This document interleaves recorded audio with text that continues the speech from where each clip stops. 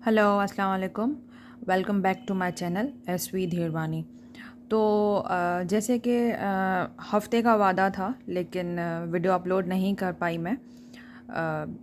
इसलिए जो है आज शायद ऑलमोस्ट 10 to 11 डेज़ के बाद एक मैं वीडियो अपलोड कर रही हूँ। मुझे 2 वीडियोस की रिक्वेस्ट आई थी। वो भी मेरी वीडियोस जो हैं वो ऑलमोस्ट रेडी हैं, मैं वो भी जल्दी अपलोड कर लूँगी। लेकिन उन 2 वीडियोस से पहले मुझे इस टॉपिक की रिक्वेस्ट आई थी, वो है म्यूटिलेटेड डेंटिशन या फुल माउथ रिहेबिलिटेशन के केसेस जो होते हैं उनके रिगार्डिंग। ठीक है, तो उसमें कुछ क्वेश्चंस होते हैं जो कॉमनली पूछे जाते हैं, जैसे कि कॉजेज़ हो गए। म्यूटिलेटेड डेंटिशन के कॉजेज़ क्या हैं, एटलीस्ट आपको 10 से 11 कॉजेज़ पता होने चाहिए। और उसके अलावा कंसिड्रेशंस पूछी जाती हैं इसमें। ठीक है, और ट्रीटमेंट ऑप्शंस के आप जो है वो ट्रीटमेंट कैसे प्लान करते हो इन केसेस में, प्रोस्थोडोंटिक ट्रीटमेंट। ठीक है, तो फर्स्ट ऑफ ऑल हम बात करेंगे रिगार्डिंग कॉजेज़ के। तो कॉजेज़ जो होते हैं वो है poor oral hygiene, high consumption of carbohydrate, long standing caries, recurrent caries, periodontal disease. ठीक है, traumatic fracture of teeth, unstable और traumatic occlusion, tooth wear, attrition, erosion, abrasion, abfraction. ठीक है, कंजेनाइटल एनोमलीज, जीरोस्टमिया और सिस्टमिक कंडीशंस। ठीक है, ये कुछ मैंने आपको 10 से 11 कॉजेज़ बताए हैं। ठीक, मैं पीछे जैसे कि आपने पहले भी नोट किया होगा, मेरी वीडियोस के पीछे मैं लिखती जाती हूँ ताकि आप लोगों को सेव करने में या स्क्रीनशॉट अगर आप ले रहे हैं तो आप लोगों को इजी हो, क्योंकि मैं कोई नोट्स या कोई सच पेपर्स नहीं डाल रही हूँ ड्यू टू सम रीज़न। लेकिन जो है पॉइंट मैं कॉजेज़ डाल दूँगी ताकि आप लोग अगर स्क्रीनशॉट भी ले रहे हैं तो आप लोगों के लिए इजी हो जाए। ठीक है, उसके बाद हमने नेक्स्ट क्वेश्चन की बात की कि कंसिडरेशंस क्या क्या होनी चाहिए। इसमें आप पेरेंटल स्टेटस देखते हो। ठीक है, उसमें आप वर्टिकल बोन लॉस देखोगे, टूथ मोबिलिटी देखोगे, क्राउन रूट रेशो देखोगे और अटैच जिंजाइवा देखोगे। ठीक है, अटैच जिंजाइवा जो होता है इट्स गुड फॉर बेटर और लॉन्ग टर्म प्रोग्नोसिस। ठीक है, उसके अलावा आप लोकेशन विद इन आर्च देखोगे कि टूथ की क्या क्या लोकेशन है आप आर्च में, और टूथ की कंडीशंस क्या हैं टूथ की। ठीक है, और उसके बाद आप एंडोडोंटिक स्टेटस देखोगे कि कोई रूट कैनाल ट्रीटेड टूथ तो नहीं है, कोई रेस्टोरेशन तो नहीं है, और टूथ जो है उसकी आप देखोगे सिंगल लूटेड है या जो है, क्योंकि सिंगल लूटेड टूथ में क्या होता है, they are easier to manage. ठीक है, पल्प रिसेशन तो नहीं है, ये आप देखोगे। उसके बाद जो है जैसे कि हमसे पूछा जाता है कि बीइंग प्रोस्थोडोंटिक आप ट्रीटमेंट ऑप्शंस क्या दोगे। ठीक है, प्रोस्थो ट्रीटमेंट देने से पहले हमें कुछ चीज़ें करनी होती हैं इन केसेस में। जैसे कि फ़र्स्ट ऑफ ऑल हम बताएंगे regarding the oral hygiene maintenance. ठीक है, एंड स्केलिंग। उसमें आप क्या करोगे, ऐसे पेशेंट्स को आप रेफ़र करते हो towards the perio department for the scaling and root planing. ठीक है, आप उसके बाद रेफ़र करते हो surgery department for the extraction of hopeless teeth. अक्सर पूछा जाता है कि आप टीथ एक्सट्रैक्ट करवा दोगे।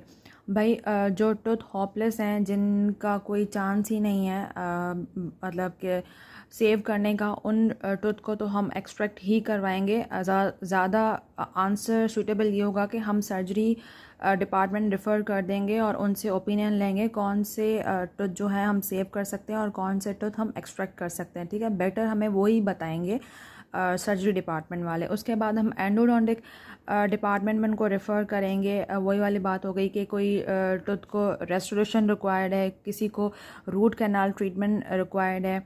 ठीक है, तो पहले पहले हमने जो भेजा उनको पेरो डिपार्टमेंट भेजा फॉर द ओरल हाइजीन, फिर हमने सर्जरी डिपार्टमेंट भेजा, फिर एंडोडोंटिक भेजा। ठीक है, उसके बाद क्या होगा कि आप जो बीइंग प्रोस्थोडोंटिक आपकी रिस्पॉन्सिबिलिटी क्या है आफ्टर मतलब ये सारे डिपार्टमेंट के बाद आप देखोगे पेशेंट की कंडीशन, जो जो टूथ पेशेंट के रह गए उसके अकॉर्डिंग आप ट्रीटमेंट प्लान करोगे, उसको बताओगे सारी चीज़ें कि हर ट्रीटमेंट ऑप्शन के एडवांटेजेस और डिसएडवांटेज उस पेशेंट को बताओगे। लेकिन पहले डेफिनेटिव ट्रीटमेंट देने से पहले आप इंटरम ट्रीटमेंट दोगे या ट्रीटमेंट डेंचर दे दोगे पेशेंट को।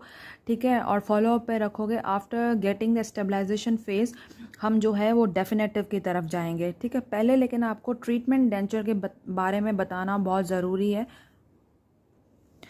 ट्रीटमेंट जो डेंचर होता है, हम उसकी इम्पॉर्टेंस पूछी जाती है कि भाई आप क्यों ट्रीटमेंट दे रहे हो, डायरेक्ट आप डेफिनेटिव दे दो। उसमें क्या होता है कि we will check the patient acceptance, के पेशेंट ने जो है उसकी एक्सेप्टेंस क्या है ना। और it is a process which is used for the purpose of treating and conditioning the tissue, ठीक है। ये हम ट्रीटमेंट डेंचर का मेन पर्पज़ ये होता है कि हम पेशेंट की एक्सेप्टेंस को जो है वो चेक कर रहे हैं कि पेशेंट कितना एक्सेप्ट कर रहा है उसको, क्योंकि हम अब जो ट्रीटमेंट ऑप्शंस जो भी पेशेंट को देंगे उसमें कॉस्ट का मेजर इफेक्ट होगा। अगर पेशेंट एक्सेप्ट ही नहीं कर रहा तो फिर हम उसके अकॉर्डिंग ही ट्रीटमेंट ऑप्शन प्लान करेंगे। अब आप इन कंडीशन में कौन कौन से ट्रीटमेंट ऑप्शन देते हो, और इसके अलावा ये भी पूछा जाता है कि ट्रीटमेंट डेंचर का पर्पस क्या है, ठीक है। पर्पस ये है कि व्हेन मिसिंग पोस्टीरियर अक्लूजन या reduce vertical dimension of occlusion, और थर्ड है अनफेवरेबल टूथ कंटूर हो। उन ये मेन पर्पस है जो हम पेशेंट को ट्रीटमेंट डेंचर दे रहे हैं, ठीक है। तो before going towards the definitive treatment we'll give the interim processes to the patient to check or to evaluate the patient acceptance, and we have a different purpose of giving the such type of treatment options, like processes used for the purpose of treating or conditioning the tissues when there is a missing posterior occlusion on, or when there is a reduced vertical dimension of occlusion, or when there is an unfavorable tooth contour, ठीक है। उसके बाद जो है अब हमने interim treatment दे दिया या ट्रीटमेंट डेंचर दे दिया, फॉलोअप पे रखा पेशेंट को, फिर हमने क्या किया, पेशेंट को डेफिनेटिव ट्रीटमेंट प्लान किया। डेफिनेटिव में हमारे पास डिफरेंट ऑप्शंस है। वही वाली बात अगर आपसे पूछा जाता है तो आप डेफिनेटिव में क्या क्या प्लान करोगे।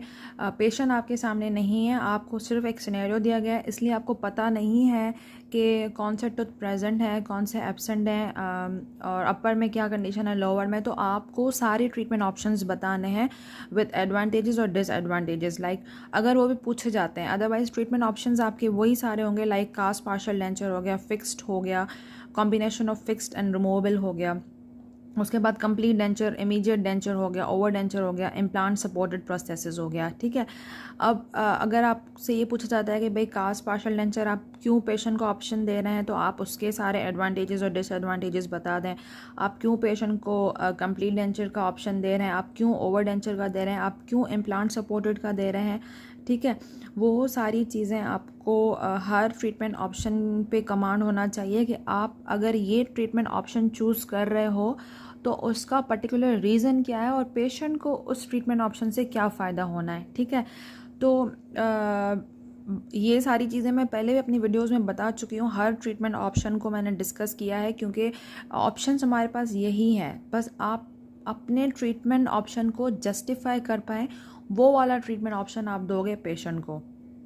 चलें जी, तो आज इतनी ही वीडियो थी रिगार्डिंग म्यूटिलेटेड डेंटिशन और फुल माउथ, जिसमें हमने आपको कॉजेज़ बता दिए और आपको कंसिडरेशंस बता दिए और ट्रीटमेंट ऑप्शंस बता दिए। एक बार क्वेश्चन ये भी पूछा गया है कि अगर आप इन पेशेंट्स को ओवर डेंचर प्लान कर रहे हो तो फिर आप कौन सी कंसिडरेशन कंसीडर करोगे। तो उसमें वही वाली कंसिडरेशन हो गई, पेरिडोंटल स्टेटस देखोगे, location of tooth with in hours देखोगे, एंडोडोंटिक कंसिडरेशन देखोगे, ठीक है। फिर पेरिडोंटल कंसिडरेशंस मैंने आपको पहले भी बता दी कि उसमें आपका वर्टिकल बोन लॉस आ गया, क्राउन रूट रेशो आ गया, अटैच जिंजाइवा आ गया।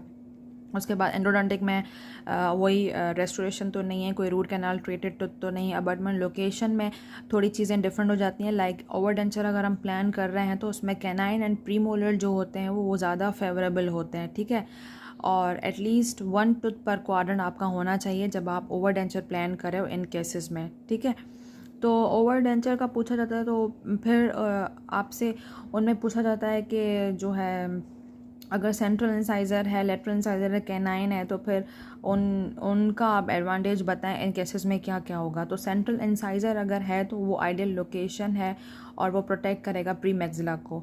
और अगर लेटरल इंसाइज़र है तो उसका क्या होता है, वो वाइडली सेपरेटेड होता है और जो है वो शॉर्ट टूथ होता है ना, और कैनाइन जो होता है वो मोस्ट फेवरेबल इसलिए होता है कि उसकी जो रूट होती है ना वो लॉन्ग होती है, लेकिन मोस्टली उसके डिसएडवांटेजेस भी हैं।